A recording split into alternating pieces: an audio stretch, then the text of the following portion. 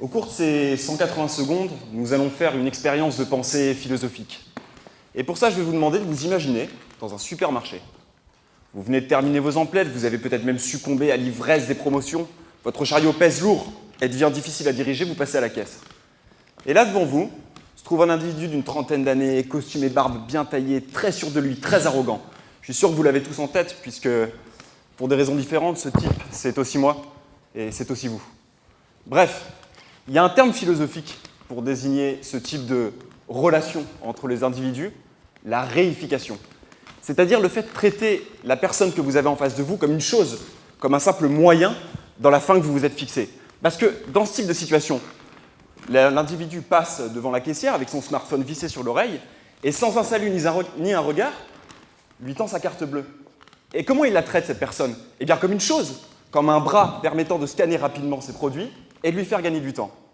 Eh bien dans ma thèse, je tente de rapprocher ce type de phénomène social de la pensée d'un philosophe qui, à mon avis, a perçu mieux que quiconque, mieux que BHL en tout cas, la généralisation des comportements réifiants dans la société de consommation, j'ai nommé Guy Debord. Pour Debord, ce qui caractérise le capitalisme contemporain, c'est sa capacité à produire des spectateurs, des êtres passifs, car absorbés, hébétés, fascinés par les images qui leur sont projetées. Et ça, il l'appelle le spectacle. Le spectacle, c'est ça. C'est le règne du faux, de la passivité, de la séparation. C'est Cahuzac face à Bourdin, c'est Coca-Cola qui s'arroge le monopole de l'amitié, Carrefour qui devient défenseur de l'optimisme, et sont ses amis qui se retrouvent au restaurant pour écrire compulsivement sur leur téléphone et prendre leur plan en photo. Bref, c'est la société qui offre le spectacle de sa propre destruction. Alors jusqu'ici, je vous ai parlé de réification. Mais est-ce qu'il ne serait pas plus juste du coup de parler d'imagification? C'est-à-dire non pas de la transformation des êtres et de leurs relations en choses, mais de la transformation des êtres et de leurs relations en images.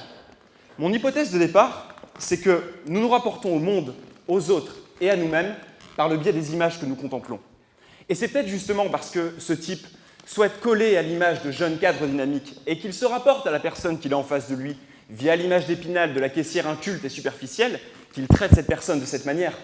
Il s'imagifie et il l'imagifie. Mais ça, mesdames, messieurs, ça reste à prouver. Alors pourquoi me donner cette peine, me direz-vous?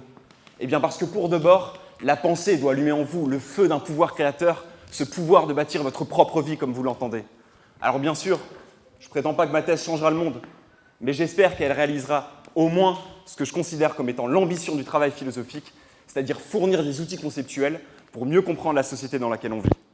Et si donc en 180 secondes, j'ai réussi à vous convaincre de la nécessité de passer du statut de spectateur à celui d'acteur, alors je peux dire avec Guy Debord et contre le spectacle, rideau.